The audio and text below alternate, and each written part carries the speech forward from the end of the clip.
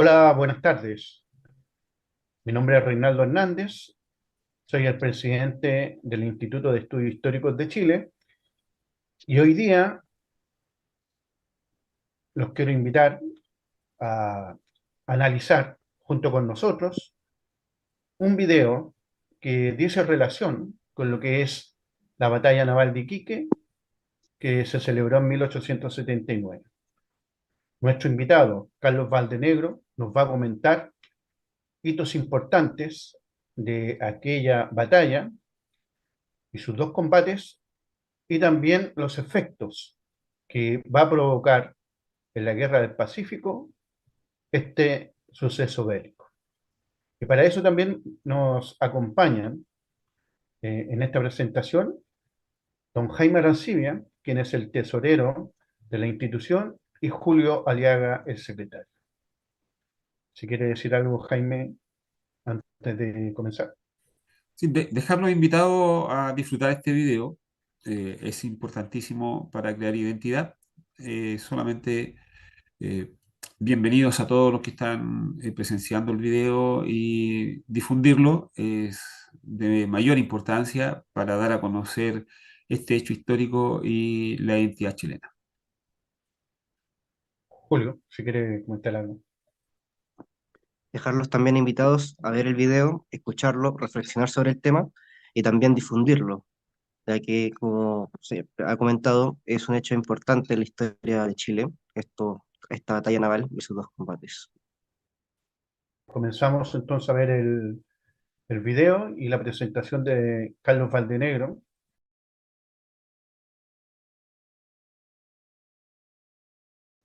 Para mí es un verdadero honor comenzar nuestras actividades vía online y con la presentación hoy de una ponencia. Esperamos que sea una ponencia, pero también vamos darle una suerte de sentido de conversatorio, que está muy relacionado con nuestro mes que está referido a las glorias navales. El conversatorio se llama La Batalla Naval de Iquique y sus dos combates tienen nuestro expositor. Nuestro expositor es Carlos Valdenegro Ollaneder, quien es abogado, es profesor de Historia y Geografía.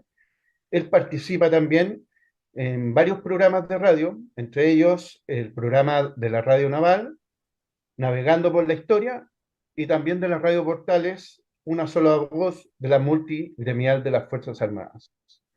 Eh, Vamos a hacer la presentación, pero les recuerdo que nosotros somos parte del Instituto de Estudios Históricos de Chile y nuestra principal finalidad es recuperar lo que es nuestro acervo cultural. Para eso, qué mejor que Carlos Valdenegro nos va a hacer una presentación que esperemos sea de su agrado y que nos va a permitir conocer un poco más de nuestra historia. Yo como presidente le reitero la bienvenida a los que nos van a ver y esperemos que este conversatorio sea, sea provechoso para todos nosotros. Así que, don Carlos, la pantalla es toda suya. Muchas gracias, Reinaldo. Un saludo muy afectuoso para ti y para Julio. ¿Eh? Un agrado volver a compartir con ustedes y sobre todo porque estamos en un mes muy especial. Además, dentro de todas las características que tú señalaste, yo soy oficial de Reserva Naval. ¿Ah?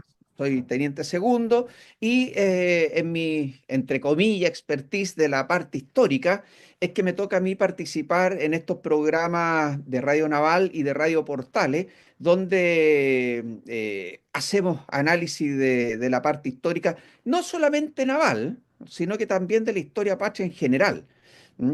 Ahora, este es el mes del mar, más que de las glorias navales, porque fíjate que el año 1974, el almirante José Toribio Merino Castro, en una visión geopolítica, a mi juicio, tremendamente importante y valiosa para el devenir económico, geopolítico, social de la patria, instituyó el mes del mar, haciéndolo coincidir obviamente el mayo, porque tiene numerosos hitos históricos que dicen relación con nuestro mar.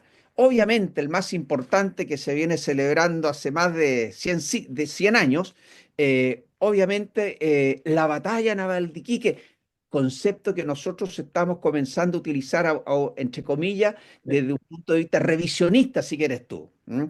¿Y Claro, por Carlos, como profesores de historia que somos ambos, y Julio, nuestro futuro licenciado, es llamativo eso, ¿eh? Si puede especificar un poco la batalla naval, porque siempre hemos asociado simplemente combate. Así ¿Cuál es, sería así es. Sí, ese concepto revisionista? sí. Voy a analizarlo, pero quiero concluir un poco con el tema del mes del mar, porque nosotros estamos, al hacer este tipo de conversatorios, si quieres tú, o de conferencias, estamos tratando de motivar uno de los aspectos o uno de los objetivos que tuvo el almirante Merino el año 74 para establecer este mes del mar, y que es crear conciencia marítima en la nación toda y en cada uno de los chilenos. ¿Qué significa eso? Que tenemos que conocer el mar, porque nosotros, a pesar de tener una costa de más de 6.435 kilómetros, ¿m? Cuadrados, lo que implica no solamente desde Arica hasta Punta Arena o la zona extrema, el Cabo de Hornos, por así decirlo, sino que también lo que dice relación con nuestro territorio chileno antártico y también los territorios insulares que se ubican en Oceanía, lo que nos da a nosotros un carácter tricontinental. ¿M? Continente americano, continente de Oceanía y el continente antártico. ¿Ah? Por lo tanto, el mar para nosotros es de una vitalidad esencial. ¿Ah? Sí, Entonces, está muy bien lo que dice fíjate, Carlos, pero parece que ser que los chilenos no somos muy marinos, ¿eh? bueno, por eso es que tenemos que crear esta conciencia marítima. ¿Ah? Te fijas que esa es la importancia geopolítica, ¿ah? Y sociológica, si quieres tú. ¿Por qué razón? Porque nosotros generalmente, y desde el colegio, ¿ah? Y nosotros como profesores de historia y geografía, generalmente tenemos a conceptualizar a nuestro país como una larga y angosta franja de tierra. Esa generalmente es la acepción que ustedes siempre han escuchado y que siempre definimos a nuestro país. Pero eso, revisionistamente hablando, debiéramos cambiarlo, porque nosotros debiéramos hablar de una larga y ancha franja de territorio marítimo y continental. Mm, ¿Ah? perfecto. Que se sustenta, ¿m? O que está respaldado por una cordillera de los Andes, ¿m? Y que, por lo tanto, esa es nuestra visión que debiéramos nosotros dar de nuestro país. Una larga y ancha franja de territorio marítimo y continental, ¿ah? Sustentado, ¿ah? Por una cordillera de los Andes, porque no podemos nosotros descuidar tampoco la cordillera, que es la que nos da una tremenda riqueza minera. ¿Ah?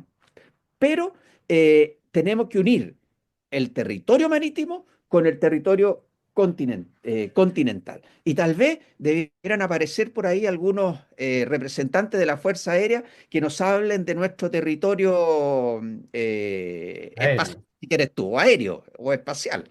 No sé si me explico, pero hay que darle una nueva vitalidad a nuestro país, porque el desarrollo geopolítico de nuestro país creo que debe enfocarse hacia el Pacífico y también hacia la zona oceánica y antártica, principalmente. ¿Eh? La Antártica todavía es un continente que está muy poco explorado y obviamente por los tratados internacionales no está explotado. ¿Eh? Entonces, esa es una pequeña introducción que yo quería hacer respecto de por qué nosotros hablamos en esta época de la batalla naval, de temas marítimos, qué sé yo, porque estamos en el mes del mar, más que en el mes de la gloria de la Armada, Las glorias navales. de las glorias navales. Entonces, yendo al punto que nos convoca, nosotros hemos titulado esta conversación en la batalla naval de Iquique y sus dos combates. Esto es, el combate de Punta Gruesa y el combate naval de Iquique. ¿Mm? Entonces, ¿por qué hablamos de batalla? Porque en la historia moderna, si quieres tú, se habla desde un punto de vista más amplio o general. Batalla, combate, eh, tiroteos y escaramuzas. Desde un punto de vista mayor o más amplio al menor, que es la escaramuza. En la escaramuza se miran los bandos contendientes, se tirarán algunos garabatos, pero no pasa más allá que eso. ¿Mm? Son las fintas que, utilizando un término boxeril, por así decirlo, pero no hay golpes. ¿Mm? En el tiroteo ya tenemos la posibilidad de que eventualmente puedan haber heridos y bajas, porque ya estamos en un combate, en un enfrentamiento propiamente tal con armas de fuego letales. ¿Mm? Pero no pasa de ser eso, un simple tiroteo sin mayores consecuencias. El combate ya sí es de una mayor envergadura, donde los dos bandos contendientes tienen un enfrentamiento fuerte, incluso que pueden haber muchísimas bajas. Pero, ¿qué es lo que le falta para hacer batalla? Que no tiene un efecto estratégico en el desarrollo del conflicto bélico total, por así decirlo. Entonces, por ejemplo, el combate de Tarapacá, que algunos historiográficamente hablan de batalla, pero es un Sí. combate, porque hubo muchos muertos, fue nefasto para nosotros, perdimos ese combate en lo material, si quieres tú, pero no produce efectos estratégicos porque nada cambia. De hecho, los peruanos ganan el combate de Tarapacá, en la quebrada de Tarapacá, donde sufre grandes estragos el regimiento segundo de línea, muere su comandante, el Eleuterio Ramírez, el verdadero león de Tarapacá. ¿M? Pero en definitiva los peruanos se tienen que retirar a Iquique porque no podían sostener la quebrada de Tarapacá. Entonces, no produce efectos estratégicos en el desarrollo general de lo que es la guerra del Pacífico. En cambio, ¿por qué hablamos nosotros de batalla naval de Iquique? Porque este es un enfrentamiento que sí produce efectos estratégicos. ¿Y cuáles son estos efectos estratégicos? Por un lado, y quizás es una de las conclusiones que nosotros vamos a hablar, hay dos grandes efectos, un efecto material y un efecto espiritual. El efecto material ¿eh? Produce un efecto estratégico fundamental. ¿Por qué razón? Porque el efecto material se produce en Punta Gruesa, porque una débil y casi obsolescente goleta, que es la Covadonga, una pequeña goleta de madera que Chile le había quitado a los españoles en lo que fue el combate naval de Papudo en 1865, en noviembre de 1865, en lo que fue esta guerra de Chile contra España, o guerra hispanoamericana contra España, que hablan algunos, porque ahí estuvimos aliados con Bolivia, con Ecuador y con Perú. 1866, para que tengamos presente que pocos años después los peruanos firman un tratado secreto, 1873, si mal no Claro, recuerdo, y eh, 6 o 7 años después de terminado la guerra, que nos metimos de- nosotros claro, a y esta de hecho guerra ahí de Puerto Marcos. se conoció Miguel Grau con Arturo Prat. Tenían, Se supone bueno, que hubo algún contacto, qué sé yo, aun cuando Grau era de mucho mayor grado, por así decirlo, más antiguo que Prat. Prat era un joven guardia marina. ¿Mm? claro. Entonces, Bueno, entonces la goleta Covadonga no tenía nada que hacer frente al buque blindado más poderoso que tenía la escuadra peruana, como era la fragata blindada Independencia. ¿Mm? Pero, en definitiva, ya llegaremos a lo mejor un poco más a los detalles, se pierde la independencia porque logra encallar, Conde la hace encallar en definitiva en los roqueríos de Punta Gruesa. Y fíjate que, ¿dónde está el efecto estratégico? Que se pierde prácticamente el 40% del potencial bélico de Perú. El 40%. Eso hace que prácticamente lo que queda del resto de la escuadra peruana, que era el Huáscar, que era un buque blindado, más la Unión y otro buque que siempre se me complica un poco, otro buque que posteriormente Chile lo captura en noviembre del año 79 y lo incorpora a la escuadra, al igual que el Huáscar, no ¿La tenía mucho más. Pilcomayo no sería? La Pilcomayo. Siempre el alemán me afecta y ¿Mm? me cuesta a veces acordarme de la Pilcomayo. Los otros dos buques eran el Atahualpa y el Manco Cápac, que eran buques de río que se lo habían comprado a los Estados Unidos y que no tenían ninguna posibilidad de navegar en el océano. Por lo tanto, lo tenían como una especie de fuerte, qué sé yo, en Arica, en el caso del Manco Cápac, y en el Callao al Atahualpa. Pero no podían salir a enfrentar a mar abierto a nuestros acorazados. Tenían un tremendo cañón de 500 libras, que es el que en una batalla de Arica, en un combate, perdón, mata a Thompson, al comandante Thompson a bordo del Huáscar. ¿Eh? Entonces, no sé si me explico cuál es la importancia que tiene el Sí, concepto. materialmente Son está, los efectos estratégicos. claro. ¿Eh? ¿Y Y cuál en es la parte espiritual, la parte espiritual es la que logra Prat? ¿Ah? Porque la batalla o el combate naval de Iquique, si bien es cierto, es un día la Esmeralda y se pierden un número importante de hombres, la Esmeralda no tenía ninguna relevancia como buque de combate en ese momento. Por eso que tanto la Covadonga como la Esmeralda quedan bloqueando Iquique, porque no tenían ni el andar ni el potencial para enfrentarse a la escuadra enemiga. ¿Ah? Entonces, pero ¿qué es lo que ocurre? Que el caso de Prat es tan relevante y causa tal eh, impacto en nuestra ciudadanía, en nuestra nación, el heroísmo y entrega de Prat, que hace que los espíritus en el inconsciente colectivo de la nación eh, hace que los jóvenes, y algunos no tan jóvenes, vayan prácticamente corriendo, por así decirlo, a sí, alistarse en los regimientos de todo el país. Ese claro. es el efecto espiritual. Claro, ¿Ah? de hecho, las fuentes mencionan, Carlos, que no había sido un conflicto muy popular hasta ese momento. Y Así es, claro, a partir de ese combate naval de 21 de mayo, ahí comienza a despertar ese sentido patriótico del que habla William Sutter en así su es, libro La imagen heroica de Arturo Prat en Chile. Parece que claro, las derrotas como que al chileno, desde la perspectiva colectiva, lo anima o lo motiva mucho más que una victoria. así es. Pero Claro, desde ese punto de vista, te fijas, es una victoria espiritual. Claro, no es la victoria trascendente en lo físico, en lo material, es la de Condel. Entonces, uno tiene que analizar el 21 de mayo en su conjunto, entendiéndolo como batalla.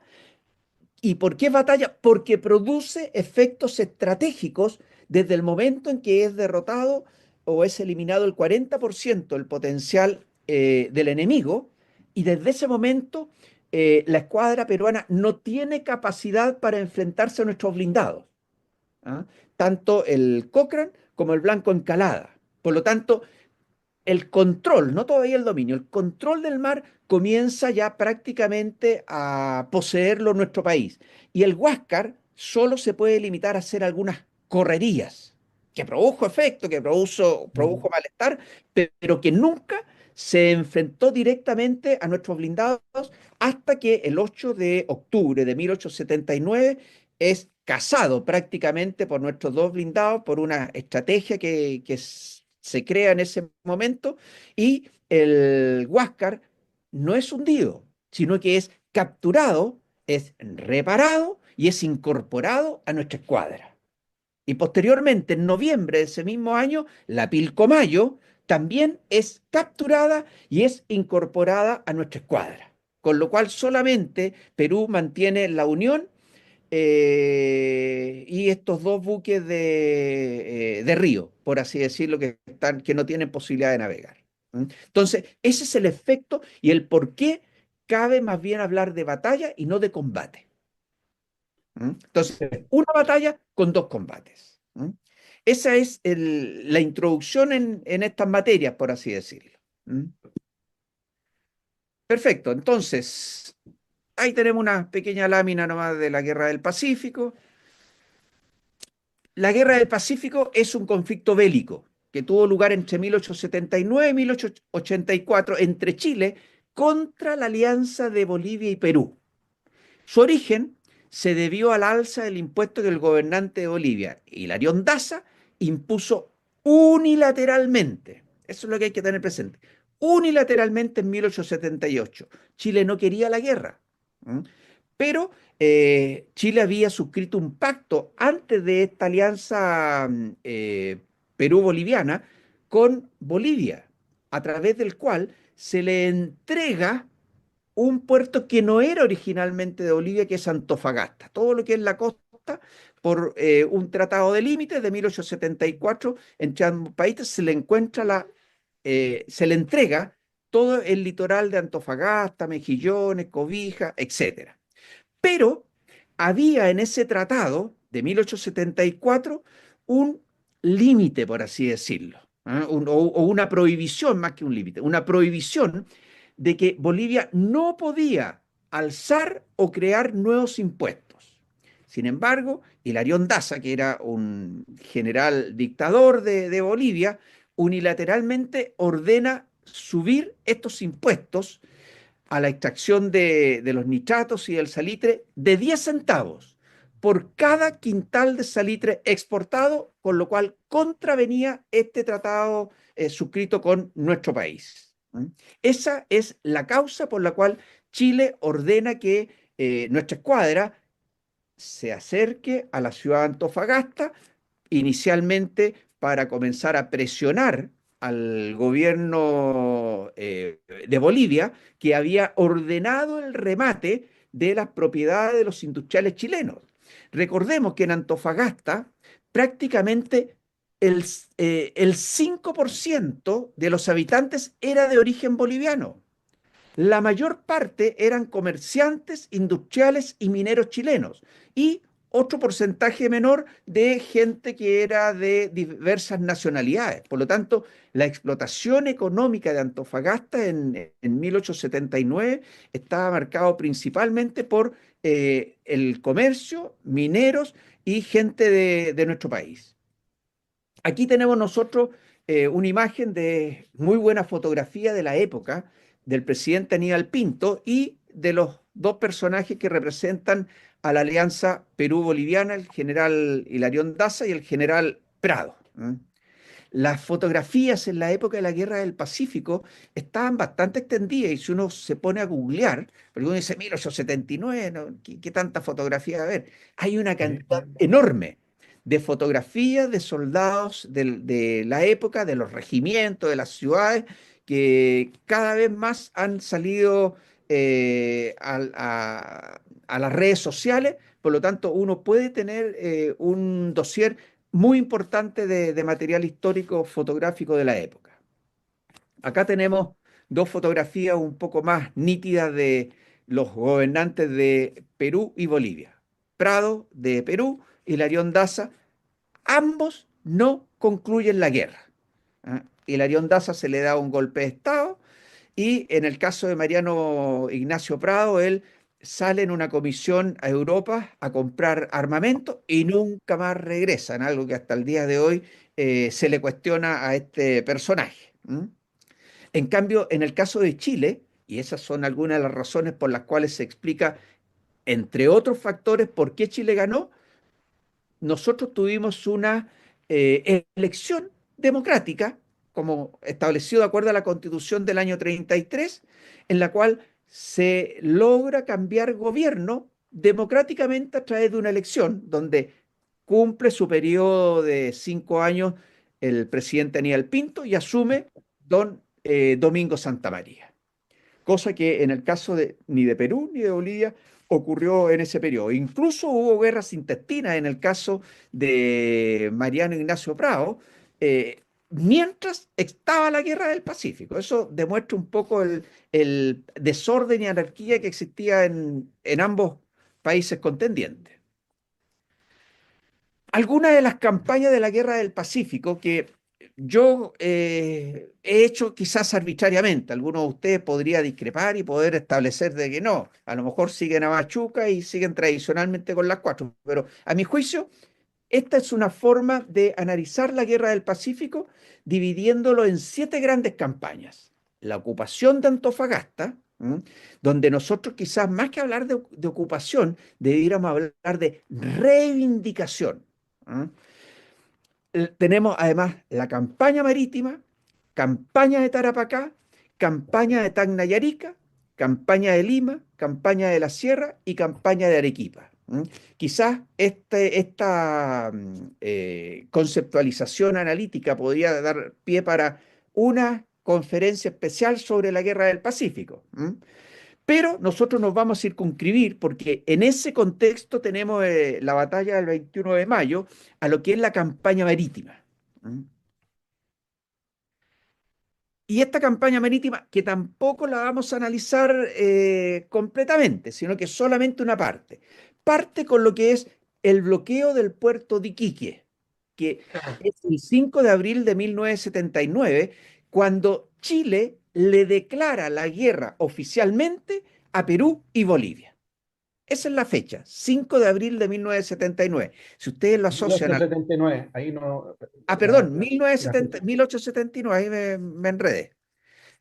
Algo me pasó aquí que me puse Pero también 79. no se fue culpa Pero del computador, no se preocupe, no, Carlos. no sé, pero yo me equivoqué. Obviamente que en 1879 el bloqueo del puerto de Iquique y el combate naval de Chipana, que también es el 12 de abril de 1879, que es el primer combate naval de la Guerra del Pacífico, donde Juan José Latorre, que es quizás el mejor marino de guerra que ha dado nuestro país, se enfrenta con la cañonera Magallanes a 2 buques peruanos, a la Unión y a la Pilcomayo, y sale airoso. No hay bajas, no hay mayores problemas, pero Juan José Latorre iba comisionado por nuestro país, por nuestro gobierno, para entregar una misiva importante al ministro de Guerra en campaña Sotomayor, que estaba arriba de uno de los blindados bloqueando Iquique. Y por lo tanto, la Torre, más que entrar en combate, le interesaba cumplir la misión que le había encomendado al gobierno y por lo tanto no se enfrasca en un combate fiero, por así decirlo, porque su misión era otra. ¿Mm? Ahora, lo importante... ¿Alguien está...? Perdóname, Ah, Carlos, don Jaime, don Jaime. solamente saludar a Jaime, Sí, que es perfecto, tesorero estupendo. de la institución y que se está sumando al conversatorio. Adelante, Carlos. Hola Jaime, muy buenas tardes. Bueno, tenemos dentro de esta campaña marítima también el bombardeo del puerto de Iquique, 18 de abril de 1879, y lo que nos interesa, la batalla naval de Iquique. Esto da para mucho más, pero a mí solamente me interesa tratar de contextualizar el momento en que ocurre esta batalla naval de Iquique. Aquí hay un tema que yo les quiero llamar la atención, a lo mejor ustedes lo saben, pero puede que alguien que nos vea posteriormente en YouTube Sí, no sí. tenga. Quiero que pongan atención en los buques que estaban en la rada de Iquique, ¿ah? El 21 de mayo de 1879, poniendo atención en la inicial. Covadonga, C. Huáscar, H. Independencia, CHI. Este es el que es poco conocido, el Sí. transporte la mar. ¿Ah? Vamos con Chile y nos falta la mítica vieja mancarrona Esmeralda. Con lo cual, las iniciales de los 5 buques que estaban en la rada de Iquique en ese momento conforman la palabra Chile. ¿Ah? Cosas de la historia, cosas de esotéricas, si quieren ustedes, lo que sea.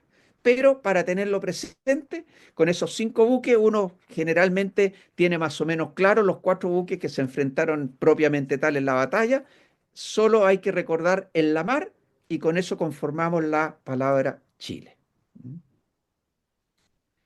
Acá tenemos a los dos grandes personajes que se enfrentan en el combate naval de Iquique, don Miguel Grau y el comandante Arturo Prat. Acá tenemos fotografías que salen posteriormente después de la batalla naval de Iquique, donde están los oficiales de la Esmeralda que logran o lograron sobrevivir al combate. Esto también es material que ustedes pueden googlear y que la encuentran en diferentes redes sociales. La famosa pintura de el comandante Pratt, pintada por Somerskey, donde aparece una imagen, se supone que el comandante recibe el disparo que lo deja muy mal herido y que posteriormente con una rodilla en la cubierta del Huáscar es rematado por un marinero de apellido Portales, ¿m? El cual inicialmente fue sumariado, por así decirlo, pero en definitiva, que creo que era lo que correspondía, obviamente el tribunal militar absolvió a este soldado peruano porque simplemente estaba cumpliendo con su deber, aunque nos pueda doler a nosotros, pero en teoría creo que era lo que correspondía, estaban en pleno combate. Acá tenemos a dos personajes muy importantes también dentro de lo que es el combate naval de Iquique, don Luis Uribe y Juan de Dios Aldea.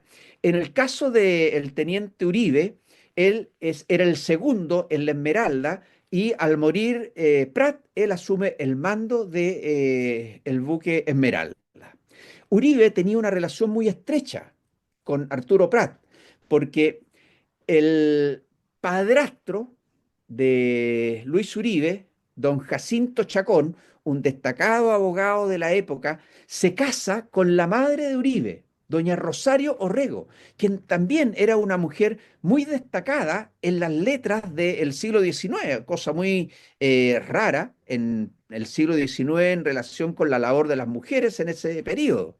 Es por ello que Luis Uribe aparece en una fotografía muy icónica que siempre nosotros la encontramos, donde Arturo Prat, con 10 años ingresó él a la escuela naval, y Uribe un poquito más grande, no mucho más que eso.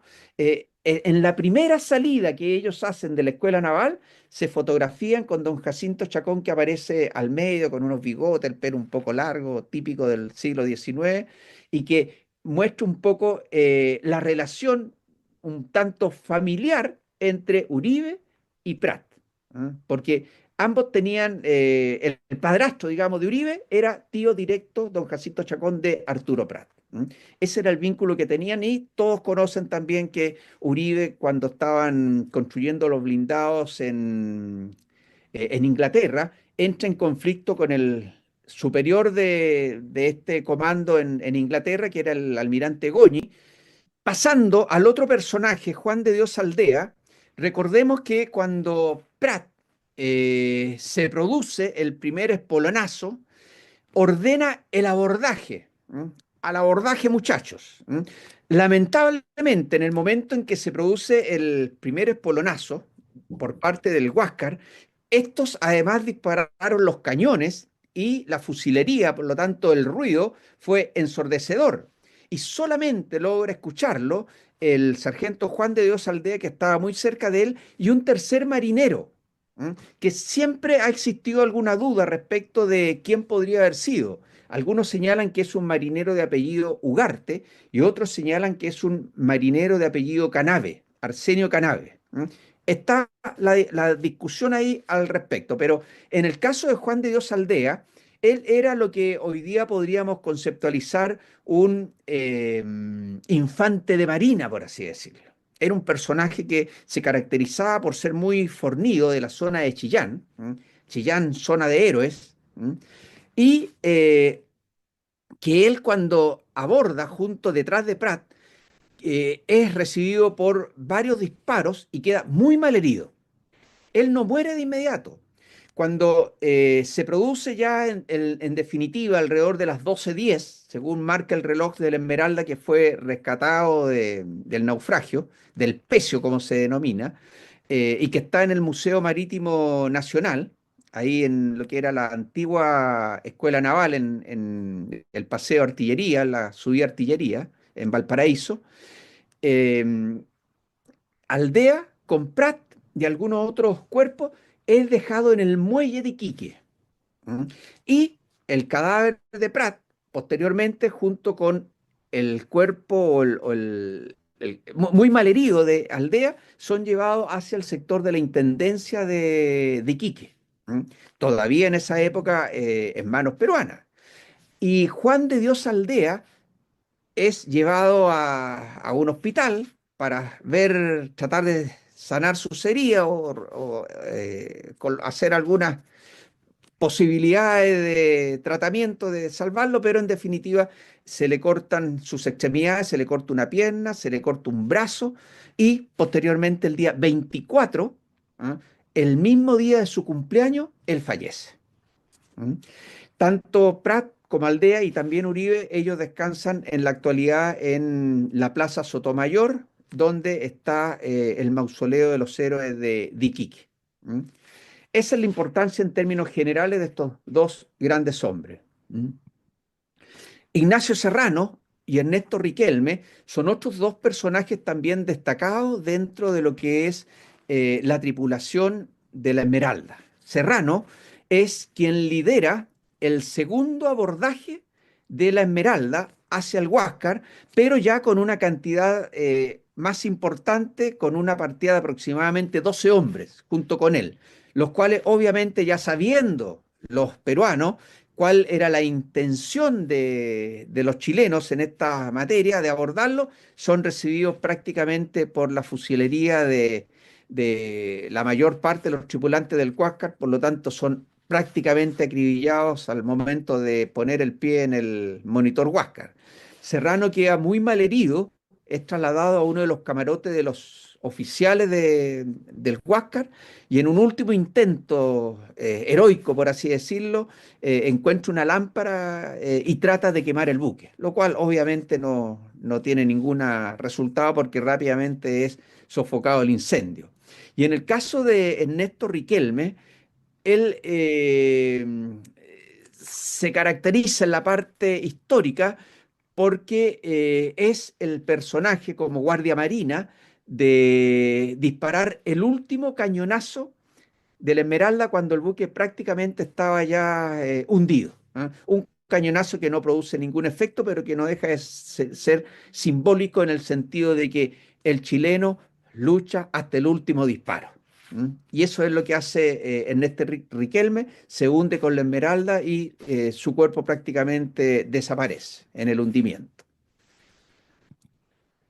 Hay otro tema acá que es interesante, dentro de las cosas poco conocidas, yo diría, de este combate naval de Iquique, que dice relación con los cornetas de la Esmeralda. ¿Mm?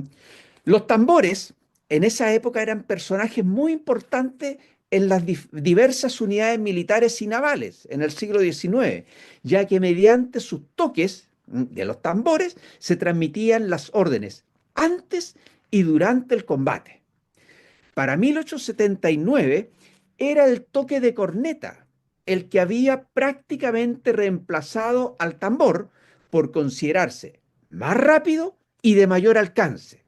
Pero la tradición mantuvo la denominación de tambor, ¿eh? A pesar de que utilizaban la corneta, ¿eh? Para el joven soldado que cubría ese puesto. Generalmente eran pequeños muchachos de 12, 13, 14 años, un poquito más, puede que haya 16, ¿eh? Y que cubrían este puesto de combate en la artillería de marina, ¿eh? Es decir, la actual, reitero, infantería de marina, sin importar el instrumento que usara. Aquí tenemos algunas imágenes. Este es una corneta que está en el Museo Naval, no necesariamente representativo del combate o batalla naval de Iquique, pero es un ejemplo de lo que eran las cornetas de esa época. Y acá hay una pinturas del tambor Gaspar Cabrales, que tiene una participación destacada y que fallece en el combate naval de Iquique. ¿Quién era Gaspar Cabrales Besodilla? Había nacido el 6 de enero de 1864, ¿m? Muerto a bordo de la Esmeralda el 21 de mayo de 1879, por lo tanto él tenía prácticamente 15 años y un poco más de meses. Fue un joven marino chileno que perteneció a la guarnición de artillería de Marina en la corbeta Esmeralda para el combate naval de Iquique de este 21 de mayo. Y si bien tenía el grado de tambor, fungía de corneta y murió en el curso de la acción con solo 15 años por la metralla enemiga casi al mismo tiempo que el comandante Prat. Él muere en el momento en que el Huáscar espolonea a la Esmeralda en el primer espolonazo y hace estos disparos de fusilería y de sus grandes cañones que producen una tremenda mortandad, dentro de los cuales está Gaspar Cabrales. Muerto, el corneta Cabrales fue relevado por el cabo segundo Crispín Reyes, también de la artillería de Marina, que recogió su instrumento y siguió tocando al ataque hasta que una granada le voló la cabeza. Trágico y triste destino de Crispín Reyes, este segundo corneta.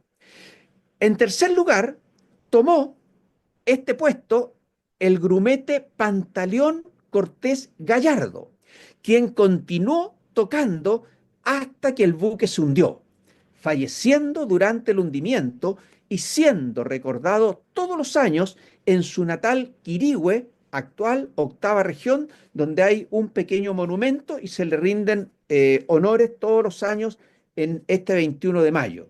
Lo que quiero representar con esta síntesis de estos diferentes cornetas o tambores es que la Esmeralda, a través de la demostración de estos personajes, continuó luchando hasta el fin. Nunca se arrió nuestra bandera, cual había sido la orden del comandante Prat. Acá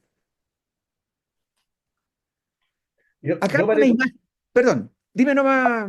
creo que estuve en Quirihue, en la plaza donde está el personaje, pero eso parece que es Ñuble, si mal no recuerdo, en la región de Ñuble. Octava región. No sé si habrá cambiado la denominación Sí, sí, es la región de Ñuble ahora, el Ñuble hoy día. claro. ¿Mm? Pero claro, ahí está y es una plaza bien completa y hermosa. Ahí se le da la importancia. Una Exacto. pregunta que quería hacer, Carlos. Estos jóvenes, ¿cómo se enrolaron? Exacto, ellos formaban parte. En el caso de Crispín Reyes, él ya era cabo segundo, por lo tanto ya había pasado un tiempo en estas materias. Generalmente, reitero, los cornetas eran jóvenes, de muy poca edad. Y se dice por la historiografía que en el momento en que zarpa la escuadra al Callao para enfrentar, ojalá en la batalla decisiva, en la concepción que tenía William Rebolledo, comandante de la escuadra en ese momento, enfrentándose a la escuadra peruana en el Callao, dejó a los tripulantes más jóvenes de los buques en los dos buques que estaban haciendo este bloqueo de Iquique para protegerlo de esta futura batalla que venía en el Callao. Pero en definitiva, sabemos dónde estuvo la gloria ese día, ¿eh? En Iquique, y en definitiva hubo muchos jóvenes de muy poca edad, de corta edad, que murieron en esta batalla en su conjunto. ¿Mm? Así que ellos estaban enrolados porque formaban parte, y uno ve alguna fotografía, por ejemplo, del blindado Cochrane, donde el corneta también se ve que era un joven de unos 12, 13, 14 años, pero que ya con 14 años en esa época del siglo XIX, eran ya muchachos con una madurez mucho más allá de lo que podrían ser nuestros jóvenes de cristal hoy día. ¿Ah? Eran muchachos que ya a los 10 años muchas veces estaban trabajando en el campo, produciendo para sus familias. ¿Ah? Recordemos que lo que planteé antes, Pratt ingresa a la escuela naval con 10 años y a poco andar, él ingresa al 58 y el año 65 ya le toca enfrentar una guerra. Es decir, con 17 años él se enfrenta a la Covadonga en este combate de Papúa que mencionamos delante. ¿Mm? Entonces, eran jóvenes que iban madurando mucho antes de lo que nosotros vemos a nuestros niños hoy día. O sea, hoy día sería impensable que cualquiera de nosotros enviase a su hijo a la escuela naval o a la escuela militar con 10 años. Esta es una fotografía que habla del llamado curso de los héroes, donde se supone que aquí están los compañeros de Pratt que ingresaron a la escuela naval.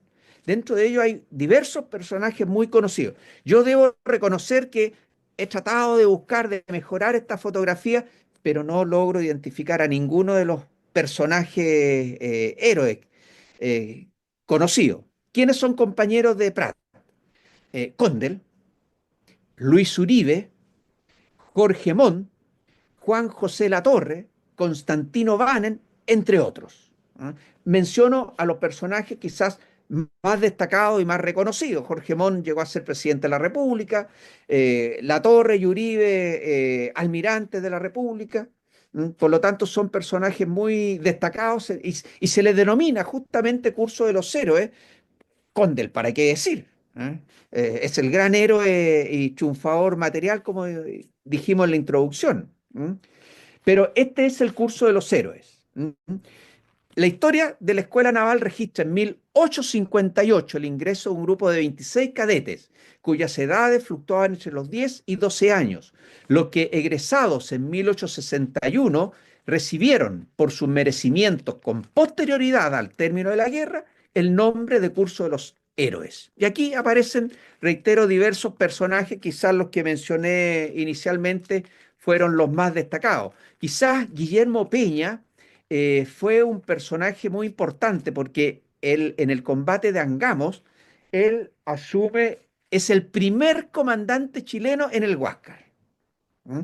Y posteriormente a él se le entrega el mando de un transporte, si mal no recuerdo, es el Loa, que es hundido por una trampa cazabobo hecha por los peruanos, lo mismo que ocurrió posteriormente en Chancay con la goleta Covadonga, que eran unos pequeños buques, qué sé yo, lanchones muy bonitos, una especie de yate que dejan los peruanos cargados de explosivos y que lamentablemente nuestros marinos cayeron en la trampa y ahí se hunde el Loa junto con Guillermo Peña, que era el comandante de ese buque. Y sufre igual suerte nuestra mítica Covadonga en el puerto de Chancay, Perú. Un punto que a veces se comenta poco en relación con la tripulación de la Esmeralda, y eran los extranjeros que existían en este buque que combatieron, que entregaron su vida, muchos de ellos luchando por nuestra bandera y por nuestro país. Hubo 6, si ustedes se fijan, griegos en nuestra armada. Constantino Micalvi, quizás el personaje más destacado, que era un suboficial, el más antiguo, y que posteriormente Micalvi es trasladado a la Covadonga, después de que fue liberado por los peruanos, que había caído prisionero, y muere en la explosión que se produce en Chancay. Un destino trágico para Micalvi, qué sé yo, que dio su vida también por la patria. ¿Mm? Tomás Vlacopoulos, Stamatopoulos, nombre un poco complicado, qué sé yo, pero son 6 en definitiva con diversos cargos que mueren y, o en algunos casos con la S son los que sobreviven. 4 sobrevivieron, pero Micalvi muere en el transcurso de la guerra, reitero, en la Covadonga. 6 griegos, por lo tanto, combatiendo por nuestro país. De Francia hay un personaje llamado Claret León. De Inglaterra, George Fougot, no sé si estará bien pronunciado, 2 norteamericanos, Eduardo Hyatt, el ingeniero Hyatt, que fue muy destacado y que han habido buques que han llevado el nombre de este personaje, Charles Moore, un marinero, de Bélgica, John Lassen, un alemán, Alejandro Horvath, Hubo un senador de apellido Horvath, Sí, a lo mejor, no sé si acá sería algo casado, que ver ¿no? con él, no sé. Puede que haya sido un ancestro de Horvath. Antonio Jorba se llama. Así es. De Noruega, un señor de apellido Cornelius, y que salta al abordaje en el tercer espolonazo. De Portugal, Uno Psicomato. siempre tuvo, Carlos, uno siempre tuvo la imagen de que estos extranjeros eran casi que se mantuvieron al margen, pero estos no, están, Estaban combatiendo, claro. quieran, y de manera muy destacada algunos de ellos. Fíjate que los dos portugueses fallecen. El italiano Bartolomeo Rosso también muere. Y una cosa curiosa que a lo mejor es digno de ser destacado. Hay un boliviano, don Manuel Machicado Grumete, que muere en el combate.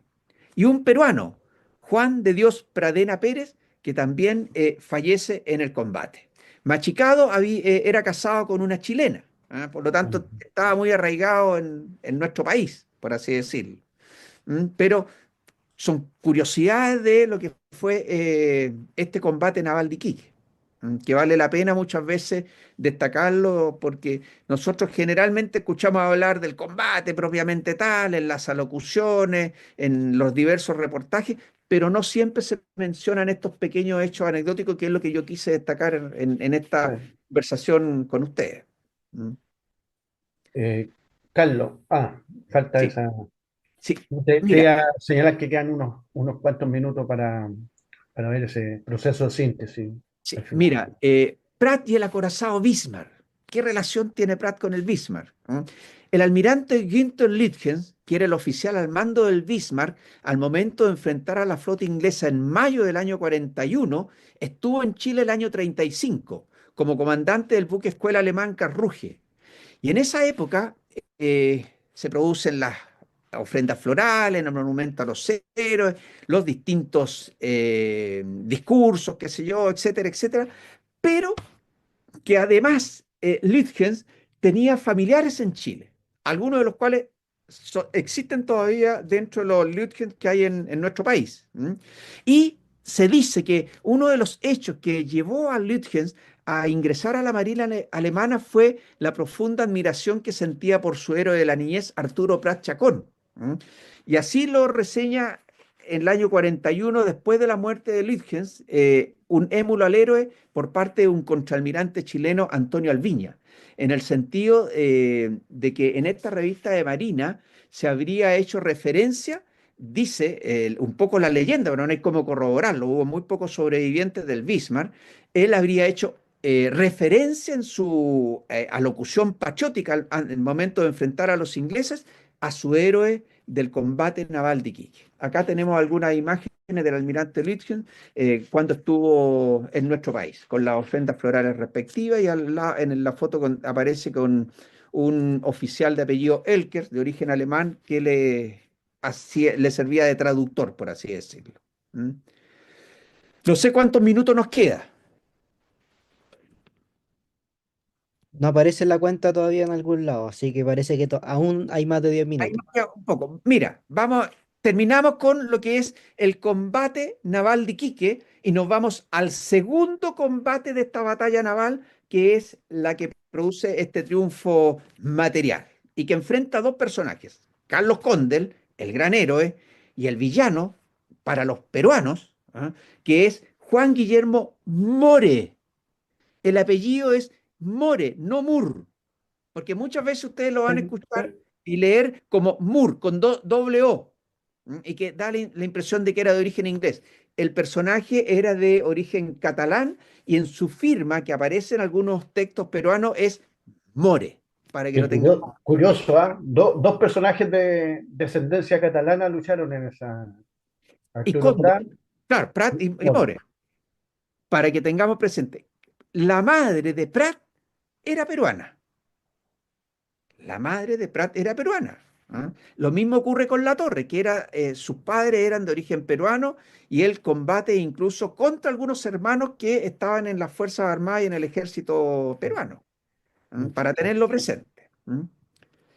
El nombre de Carlos Condel de la Asa, con su proceder audaz, valiente e inteligente, pasa a ocupar un lugar trascendente en los anales de la Armada y de Chile, cuando al mando de la Covadonga en el combate de Punta Gruesa logra hacer encallar a la fragata blindada Independencia, que era el buque más poderoso de la escuadra enemiga, logrando el 21 de mayo reducir el poder naval peruano en un 40%.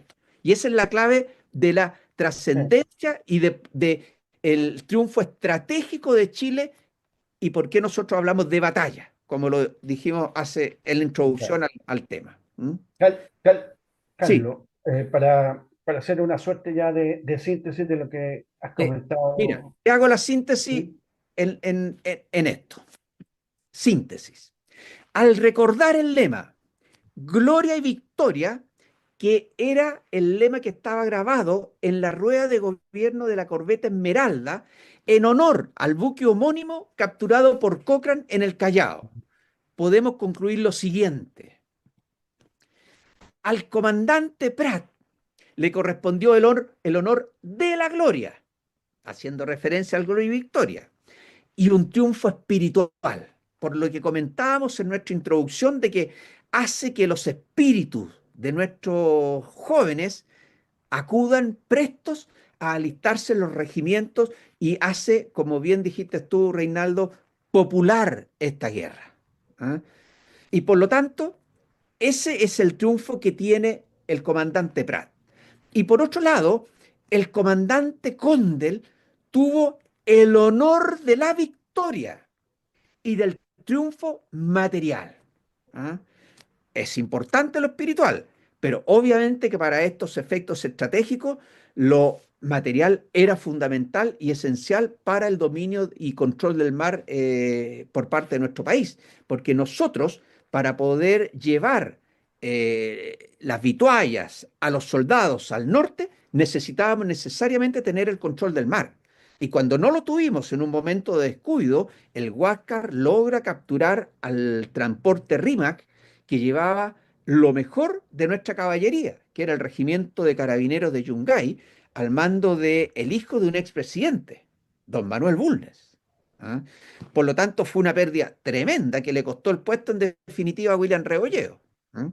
Así que esa es la gran síntesis de esta batalla naval de Iquique. ¿Ah? Ahora, uno muchas veces, a lo mejor si es que alcanzo a hacer referencia a este punto, que es ya quizás de naturaleza doctrinaria, si quieres tú, ¿por qué lo espiritual se impone a lo material? Porque nosotros vemos, y es una crítica que muchas veces se hace, ¿por qué tanto se resalta la figura de Prat y no la de Condel?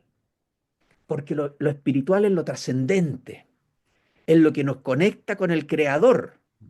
Está directamente relacionado en lo que podría ser la doctrina social de la Iglesia o la doctrina cristiana católica. Lo espiritual es lo que nos conecta con el Creador y es lo infinito, es lo Claro. eterno. Lo material, que fue el triunfo de Condel, tremendamente importante y significativo en el desarrollo y en el desenlace de la guerra, pero es temporal. Claro. ¿Mm? Y Roma también no es eterna. ¿Mm? puede haber algo trascendente, pero inmanente, no necesariamente que tenga que ver con la divinidad. Yo Exacto. recuerdo eh, unas memorias de Orrego Luco, que en este momento no me acuerdo el libro, pero que nos hacían leer en historia para ver las referencias de la aristocracia en el siglo XIX. Y creo que él estaba en Suiza.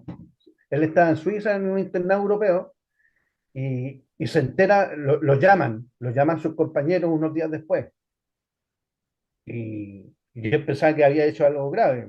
¿M? Aristócrata, qué sé yo, chileno, sudamericano, y creo que le hacen como una suerte de círculo y todos lo empiezan a aplaudir y a hacer vítores a él, porque habían visto el desenlace, La noticia de... claro, del combate naval de Iquique, y le decían a él, ustedes han entrado en la página heroica de la historia universal. Bueno, y de hecho, fíjate, Reinaldo, que Prat se encuentra en un monumento de tres grandes personajes en la Escuela Naval de Japón. Sí, eso también tiene que ver. Está Nelson, el almirante Nelson, el almirante Togo y Arturo Prat. Claro, Porque con todas sus virtudes y sus características, en- eh, yo diría que desde el punto de vista japonés, representa un poco la concepción del Bushido japonés, y por eso que es reconocido por Japón. Claro. A ver si en este tan notable detalle que has realizado, Carlos, a ver si en otra oportunidad nos puede acompañar, esperemos que sí, comentando esa dimensión de Arturo Prat, pero desde un desde un prisma más que nada sociológico, valórico. Porque para el chileno Sí. Arturo Prat representa como el héroe ideal? Ahí hay como que también volver a posicionarlo y darle una vuelta posteriormente. Mira, hay muchas cosas que se puede hablar de Arturo Prat desde distintos puntos de vista. ¿Ah? Aquí yo traté de analizar No, en no, términos muy generales lo que es la batalla naval de Iquique, que era lo que me interesaba a mí representar y llegar un poco a esta conclusión, a esta síntesis que señalamos de estas dos imágenes, que además, si tú te fijas, hay que agradecer a la inteligencia artificial que nos ¿ya? permitió tener estas dos grandes imágenes de estos tremendos héroes de nuestra patria, ¿ah? Que es un tema que nosotros como Instituto Histórico tenemos que seguir propiciando porque estamos inmersos en lo que es una batalla cultural contra aquellos que están tratando de demoler toda nuestra concepción valórica, nuestros valores esenciales, y estos personajes son los que representan uno de los elementos básicos y esenciales de la nacionalidad. La nación, si tú analizas sus elementos, tiene dos grandes elementos importantes: la historia y el aspecto psicológico, que es el querer pertenecer a una nación. La historia nos entrega los elementos que tenemos en común todos los connacionales chilenos. Por eso es que es importante que nosotros, en esta batalla cultural, en defensa de la nación, de nuestra nacionalidad, sigamos propiciando y defendiendo nuestros valores. Y desde ese punto de vista, yo estoy permanentemente dispuesto para conversar de este tema, de la guerra del Pacífico, en términos generales, guerra civil del 91, Sí, por etcétera, etcétera. supuesto. Y ¿Mm? tu expertise queda claramente demostrado hoy día. O sea, nos has señalado algunas cosas que nosotros, incluso, yo trabajo más tema de historia de la idea, pero yo desconocía, sobre todo ese revisionismo entre batalla y combate. Porque finalmente nosotros asociamos el combate, claro, pero no. Hay Es que ¿cuál es la importancia, digamos? Aprovechando estos últimos minutos de conversación, que muchas veces nosotros en el inconsciente de nuestra nación, al hablar solamente de Iquique, hacemos referencia quizás a una derrota, entre comillas, pero no es tan derrota por este triunfo espiritual. ¿Ah? Pero no mencionamos el tremendo triunfo material que significó la acción de Condel. Si eso es lo decisivo y lo trascendente desde el punto de vista estratégico de esta batalla. ¿Ah? Porque nos permitió el control del mar, y eso era decisivo en las guerras del siglo XIX. Si nosotros no lográbamos controlar el mar, no teníamos cómo mantener el apoyo logístico a nuestras tropas en el frente norte. Además, si no se hubiese producido este desenlace en Iquique, la escuadra peruana tenía órdenes de bombardear Antofagasta e incluso llegar hasta Coquimbo, donde hubiesen arrasado con los buques mercantes que se hubiesen cruzado en su camino, destruyen las máquinas resacadoras y desalinizadoras de agua en Antofagasta, y nos hubiesen dejado en un problema tremendo, tremendo. Así que que, la importancia que tiene la batalla naval de Iquique en su conjunto es enorme. Poco dimensionada hasta el día de hoy, diría yo. perfecto. Muy agradecido, Carlos, por esta presentación, por este conversatorio. Eh, a nombre del instituto te damos las gracias y no sé si alguien, Julio o Jaime, Julio en este caso quiere decir algo más. Yo también quiero agradecer a Carlos, porque ha sido realmente una charla emocionante, como dice Reinaldo, mostrando datos no conocidos e incluso el tema del revisionismo respecto de la terminología usada para estos dos combates en esta batalla naval ha sido realmente interesante y algo muy bueno quizás para aprender. Sobre respecto también el tema introductorio de lo que es la perspectiva geopolítica marítima de la soberanía de Chile. Eso Y de la es. nueva concepción que tenemos que tener de nuestro país. Bueno, pero Carlos nos seguirá dando clases después, posteriormente, de todos estos temas. ¿Mm? Así lo esperamos. Muchas Bien, gracias a usted y siempre disponible, estimado Reinaldo. Gracias a ti, Julio, por tus palabras.